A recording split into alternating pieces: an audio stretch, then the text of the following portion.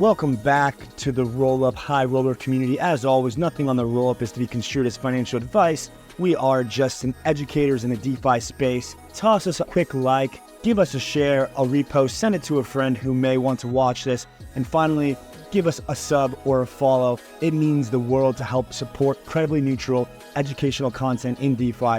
We're here to educate, empower, and enrich you, and let's jump in. What's going on, guys? Welcome back to the Rollup. Here today with Rob and our boy Zan, who's rocking the pudgy penguin in the background. Zan, where'd you get that thing?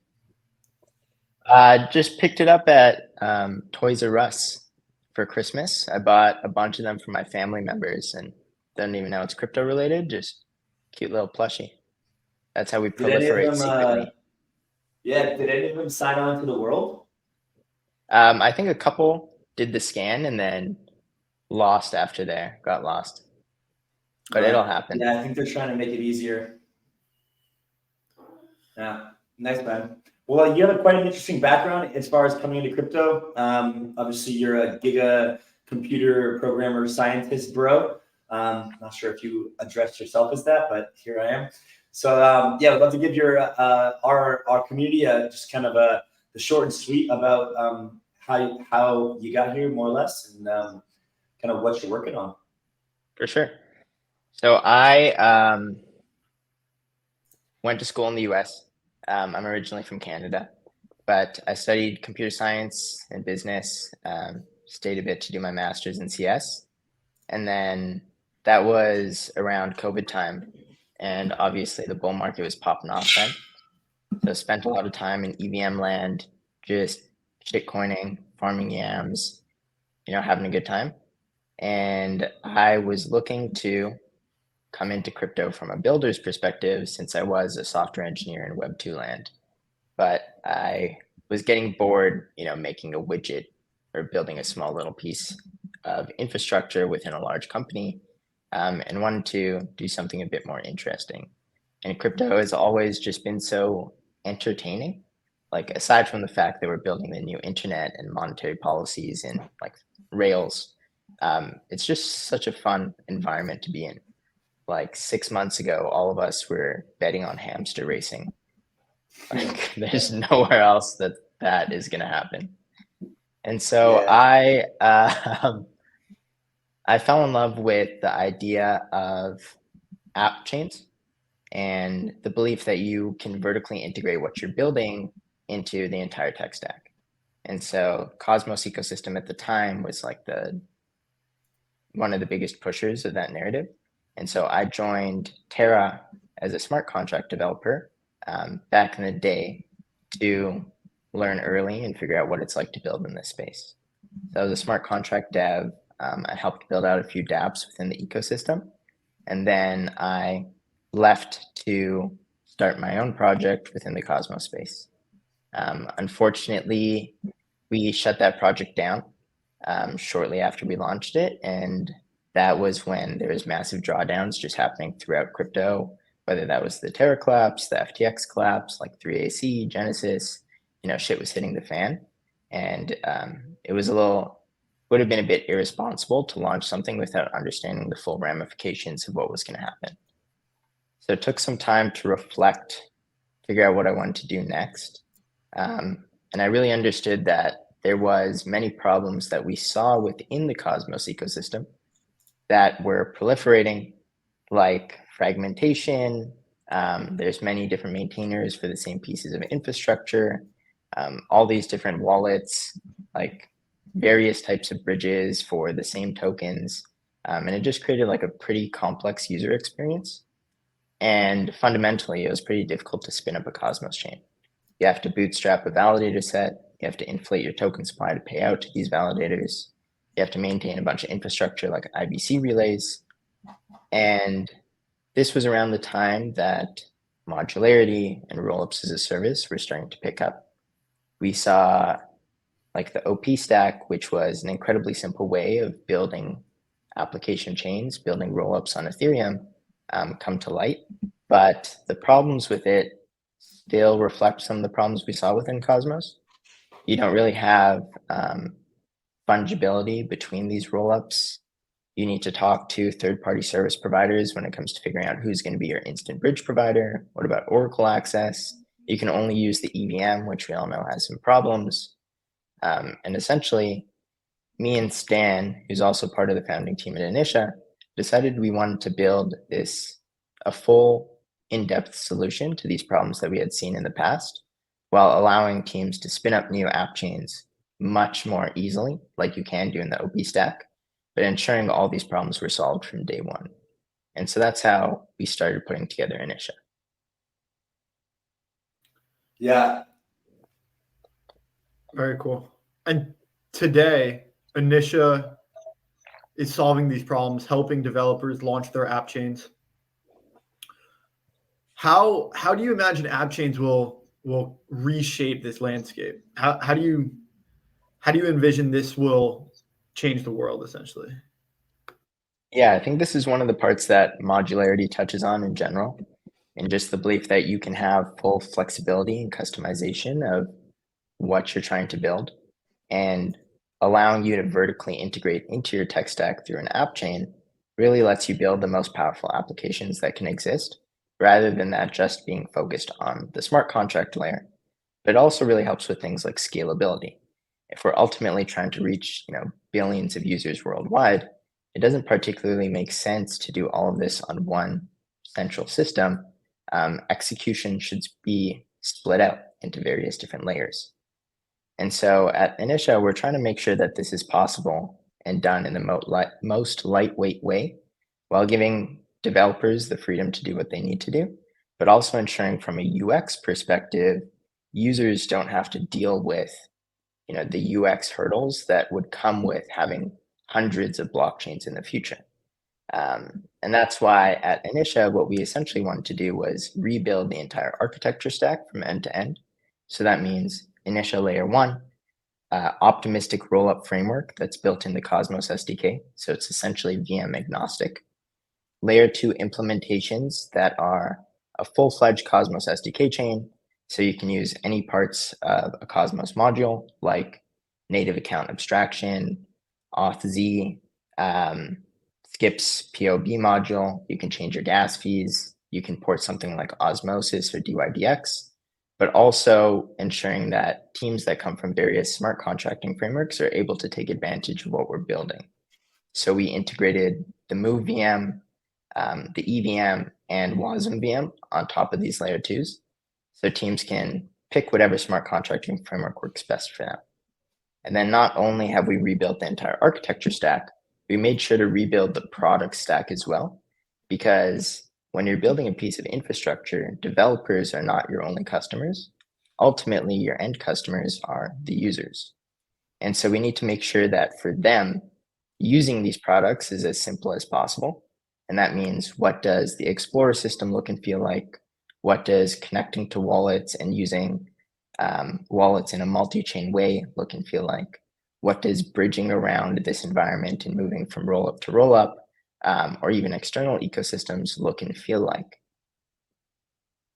Yeah, I had a podcast today with Kenny from Manta, and yesterday with this fellow from Seta, kind of like a protocol provider type of thing.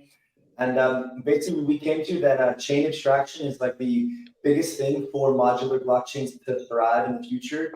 Because if we're going to have so many modular chains, like we have to have some shared sequencing or shared proving, or we have to have some extremely lightning fast bridges where users don't even have to use them, and the UX on applications is like inherent. It just like natively inherits those bridges in the backend without that even knowing. So you can bridge from chain to chain or app chain to app chain like you are using an app. So if I'm on Avo trading perps, then I want to move to like Manta on their app chain and use an app there, like Layer Bank. I should just be able to just go from that website to the other website, and the funds available should be like all encompassing, almost like an all-in-one blockchain wallet, where then I can just go and use them on Manta as well without having to like click a bridge and like do that process. Obviously, the bridge will have in the background, but I think that like some way to solve this comes with IBC, or at least there's some part of that. So curious to hear how you want to implement IBC into Initia stack. Yeah, for sure. But you're exactly right. Like ultimately the end goal should be chain abstraction. People don't need to know that they're using applications that are built on an initial rollup. They just want to be using applications and they should be able to freely flow between them. And that's why building this entire system from end to end was so important, because we're not trying to append like a rollup stack to a legacy framework like Ethereum. Instead, we have the opportunity to like change the framework, adapt it to solve a lot of these needs. And so between rollups and between VMs, all tokens are essentially fungible across Initia. And we do this through IBC. So in IBC, there's pairwise connections when you're moving assets. So if I moved USDC, for example, from chain A to chain B and then chain C, versus if I moved that token from chain A to C directly, I would technically get two different types of tokens on chain C. And that's like a pain in the ass for users for sure. And so we want to make sure that when you're moving across rollups, this is not a problem that you face. And that's where the initial layer one comes in as kind of a hub. So if you're moving from layer two to layer two, what you're essentially doing is moving from a layer two to the initial layer one and then to another layer two. But that allows all source or like final steps of token bridging to come from the initial layer one. So you essentially have fungibility across these rollups. And because every one of these layer twos has the Cosmos SDK underneath, that acts as like a shared infrastructure layer. So we can have IBC on all of them. So directly within Move, Solidity, Cosmosm, you can do IBC transactions. You can send these tokens to other layer twos. You can do cross chain contract interactions. It's kind of all out of the box there for you when you spin up a rollup. And what this allows us to do is we've just built a really nice front end widget that every application can integrate that just abstracts that entire process in the background. So as a user, you're just thinking about depositing assets into this app, but what's actually happening is you're doing some bridging. Yeah, And what's that's what I'm saying. It's based. That's the future. We just need faster bridges like across is super good, and then we need shared sequencing as well across like rollups. At least across like the general purpose funds. Yeah, that creates the best UX for the end user. What's the thesis for settlement? Like why choose to build your own settlement network and not use something, with like existing Lindy and kind of like existing stake like Ethereum or even like Bitcoin as like kind of like the consensus layer or Tendermint? What's the thesis for kind of like your own layer one consensus layer? Yeah. So the initial layer one is a Cosmos SDK based chain that operates in the Move VM, but it does ultimately have Tendermint underneath. But what building this entire system from end to end allows us to do is just have the flexibility to change how various structures work and how the framework should operate. And the initial layer one really is used to provide a lot of services directly to these layer twos. So one of the advantages of building in a monolithic land, for example, is that you know that certain aspects like fiat on-ramps, oracles, native USDC and CCTP access, all those sorts of key primitives that you might need to tap into are available. And in a modular landscape, you're not exactly sure if these things will exist. But by building this hybrid design, our layer one kind of serves these layer twos to provide these services. So every layer two through our layer one has fiat on-ramp access. They have USDC and native CCTP access. They have enshrined oracles that they can fetch out of the box. And then they have what we've done on the layer one as well is basically enshrined liquidity so that all of these layer twos can tap into one central source of liquidity. And how we've done that is essentially we have a DEX that's built into the layer one chain. And you whitelist certain LP tokens, for example, 8020 init USDC or init ETH or init Atom, whatever you might want. And you can stake those tokens directly with validators. And this essentially enshrines liquidity in the layer one, but it acts as a interchain router. So as you're moving from USDC on one layer two to ETH on another layer two, since all of those bridgings go through the layer 1 to preserve fungibility, they can just be swapped at the same time. So it really simplifies what this multi-chain landscape should work like. Yeah, and I brought that screen up. I'm sure people had a chance to have a quick look at it.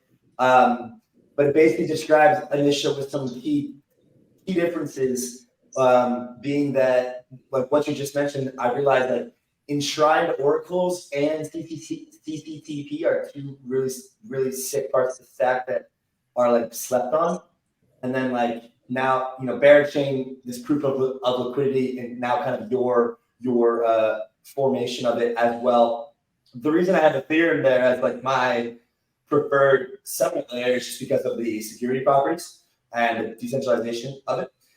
And I got people asking me like, oh, why isn't Dimension on here? And similarly, why isn't Initia on here? And so I posed this thought to you, and I'm curious to hear your kind of retort, which is I chose Ethereum on that because for modular rollups, I believe that the best part of the stack for Ethereum is simply settlement, because then all of the kind of properties of Ethereum's decentralized validator set and security are inherited by the rule. Even if they use a different VM or a different DA layer, it's still settling to Ethereum, which still ensures this kind of legitimacy of sustainability. One could argue that it's a fact that Ethereum has more Lindy than Dimension, Initia, insert L1 here. But what's different is there's a lot of capabilities which you guys can offer, Dimension can offer, that Ethereum can't, because they're kind of like next gen tech. So I guess I pose this question to you: why should I include, or why should I change my mind on Ethereum as the only worthy settlement layer of the modular rollups? Why should I think about Dimension, or why should I think about Initia, or even like Solana or something? Yeah, I think ultimately it just comes down to the value proposition that you can provide to these layer 2s.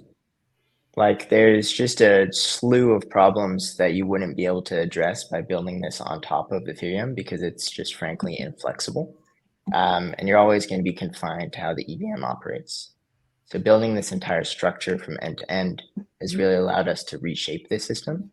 But with new tech coming out like EigenLayer, Ethos Stake, etc., you can still tap into the properties of Ethereum's validator set and Ethereum stake to be able to draw some security from those more Lindy systems.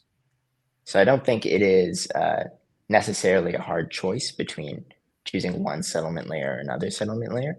If security in particular is a concern, then there are solutions that can be put in place to draw security from something that could be seen as more secure.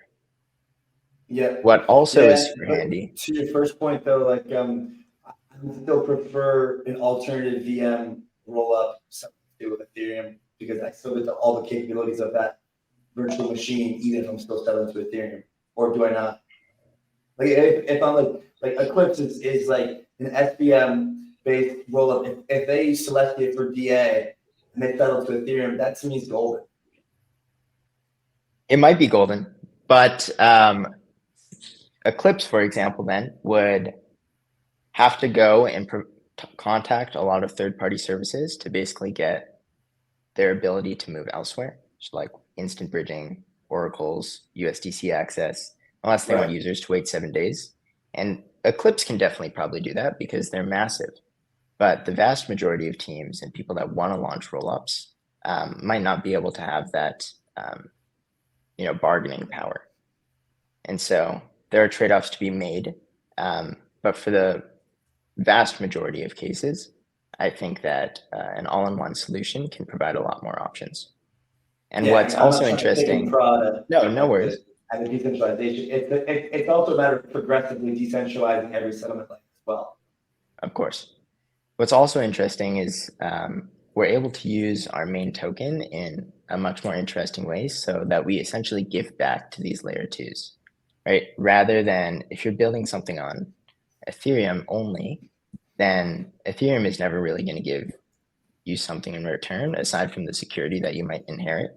But with Initia, we've developed some very interesting economic frameworks that essentially treat these layer twos as first-class citizens. It should be like a two-way street here, so that by using Initia layer 2, you're getting rewarded for your usage, but your developers and your users and the people that you need to incentivize to come try out your applications are also getting some of those rewards. And what are those like those rewards like for our community that's listening, and like kind of like these power users on chain? Like what is available to them? This is some of our secret sauce. Sorry, Rob. Please continue. I can't be helped when we start talking about rewards. They've got 69% on their public testnet today. I just want to know when token. Bro wants the airdrop. There will. So this is part of our secret sauce. So I can't share too much about it, but that'll be coming out soon, TM. But what I can tell you is that you're going to get rewarded for using layer 2 applications. Nice. And this public testnet means 69%. What's the timeline on that? Roughly. It's coming sooner than you think. I'll tell you that. Cool. Nice. So, like, if our listeners were to compare Initia to a project, would Dimension be a different project and product, but a similar framework for how they can think about the idea? I think there's definitely some similarities. I think we're focused a lot more on building out the UX stack that comes with this system. I think that ultimately is what's going to lead to a lot of mass adoption. That if you can break down the barriers for both liquidity, but also users to move around in this environment, that's going to be like a huge value prop. But also, our optimistic rollup framework is VM agnostic, and that's why we've integrated all these various VMs on top of our layer 2s. But for the most part, you can think about it having a similar structure. I would say our main competitors in my eyes are Cosmos itself as an entire ecosystem, as well as systems like the OP stack. Makes Very sense. cool. What do you think is like unlocked by using Initia's stack to deploy new rollups? Like, what are the elements that are currently lacking in the UX that are overcome by Initia? Like generally the current UX. How does that how does Initia allow for bigger ideas, more use cases, applications? Exactly. I think there's essentially two answers. One is from the developer's point of view, and one is from the user's point of view. For developers, firstly, just being able to use additional VMs is hugely awesome. Each of these VMs, I don't think I'm like a major proponent of any given one. I'm a Cosmosm dev, like through and through. But ultimately, each of these VMs has various different value propositions. And as a developer, you should choose either what you're best at or what works best for you. And Initia's like entire layer 2 stack is fully completed and built. So like you can ask me to join our closed testnet and you can start building and move Cosmosm or Solidity. And that is very handy. The second is it allows you to vertically integrate into your tech stack a lot more through the Cosmos SDK side. So using, 5 different tokens or whatever tokens you want for gas, ensuring that you have native account abstraction so that you can, sign things gaslessly, or you can sign and delegate your permissions for the next 10 minutes if you're a game, something like that. And then ensuring that there's a reduction of choice overload. A lot of RAS systems or rollup systems tend to offer so many choices between like bridges, DA layers, execution environments, like all Oracle access. Like all of these things are fundamentally somewhat similar. And what we've done, instead of saying you can choose between these 6 different DA options or these 3 bridges and these 4 oracles, is just integrated one very thoroughly into the tech stack. So from a developer's point of view, you can really just focus on building your application, choose what VM you like, and then you're good to go. on the user's perspective, we're trying to make sure that this entire ecosystem is just seamless to move around, right? Ultimately, you want to reach chain abstraction. And how can we do that? It's making sure that there's no barriers to entry. So we have support for every EVM signing wallet as well as every Cosmos signing wallet. So users can just pull up with their existing wallets. We have that really nice bridge widget that just aggregates over all of the routes that you might be doing. So from a user's perspective, you don't need to ever think about, are there two different types of the same token here that came in from various different bridges? How do I get from one rollup to another? How do I get back to Ethereum or Optimism or, Osmosis? That's kind of all just integrated nicely. And then ensuring like the Explorer system is really thorough so that you're never lost with your assets. And I think a lot of these UX pieces will really tie the entire system together, since we are essentially building chain abstraction across thousands of rollups. And that's why we like to call them interwoven, because you launch one of these rollups and you're instantly connected to everything within the system. You don't have to deal with all these problems. You can just focus on building a good dApp. And then there's also something that we like to call just-in-time gas, JIT gas. And that's the case where you're on a new chain and you don't have the gas fees to pay for transactions. This is like a pain point that I often had in the Cosmos ecosystem, where I would first spend $20 using Axelar to bridge my tokens to a new chain. And then I wouldn't be able to pay to move those tokens on the new chain. Then I would have to go to Osmosis to buy the gas fee to send to that chain, but I don't have Osmo tokens. So I was just kind of stuck. And with just-in-time gas, essentially, no matter where you are within the ecosystem, your assets from a different layer 2 or the layer 1 can be swapped through that native DEX on the layer 1 and sent to the chain you're trying to make a transaction on in the same click, so that you never have to deal with this problem again. Yeah, that is a very important distinction for the UX layer.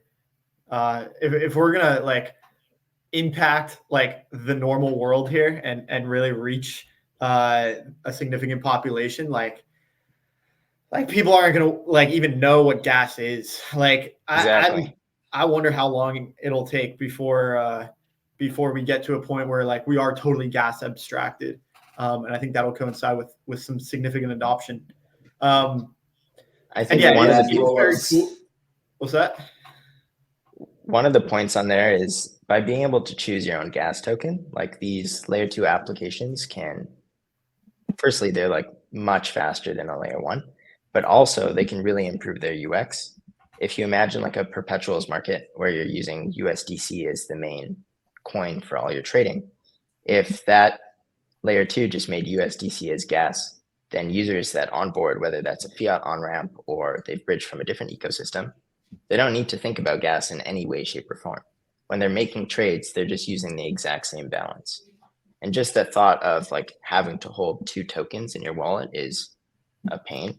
And so applications can easily solve that on Initia. Yeah. And is that through some sort of paymaster type of setup?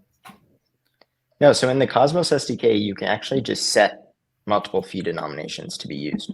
It's quite simple. Cool. Yeah, that's big. There's so many properties of Cosmos that if EVM land had to be so much better, and vice versa.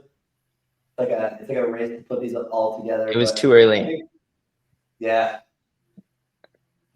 I think what you're doing with the altVM, the alternative VM modular rollup, is by far the most bullish thing that I've heard in the launch of modular blockchain stack. So quite excited to see this public testnet.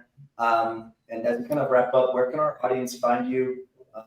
Who are you? Is your name inspired by the show? It's always sunny in Philadelphia, and where's your? It is.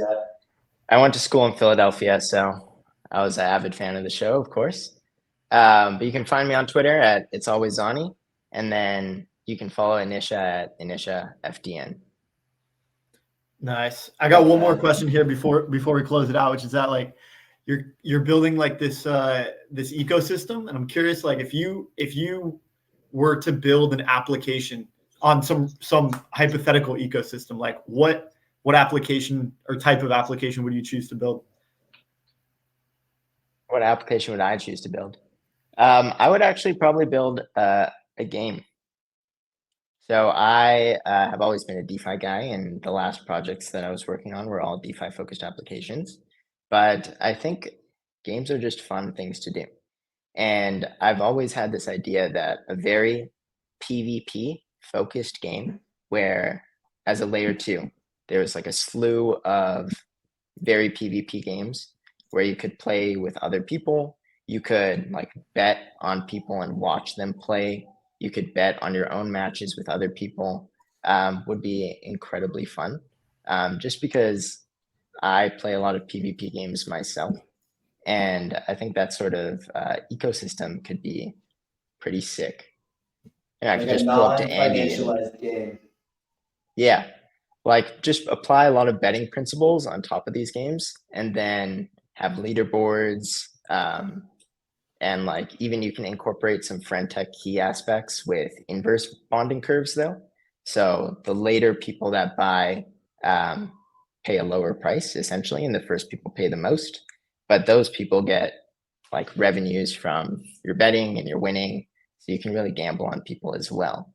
But then I could just pull up to Andy, maybe crush him in like our version of Smash Bros. And make sure I bet all my stack on that. According to Rob, coding ZK is a doozy. So I think he's going to build this for you as long as you give him in its grants. And then I will invite you over to my Dimension Fuzzy Penguin Mansion and then welcome you, kick your ass, and then send you home. Okay, we'll see about that. Yep, that sounds about right. To my dorm. Yeah, but public testnet is coming sooner than you think, and there's going to be a lot of things to do. We've already been working with a slew of applications in all different areas of the stack, whether that be DeFi or gaming. And essentially, we should have a lot of fun just from day one on testnet. Let's go. To the moon. Yeah. Thank you for coming on, sir. Thanks for having me, guys. Cheers.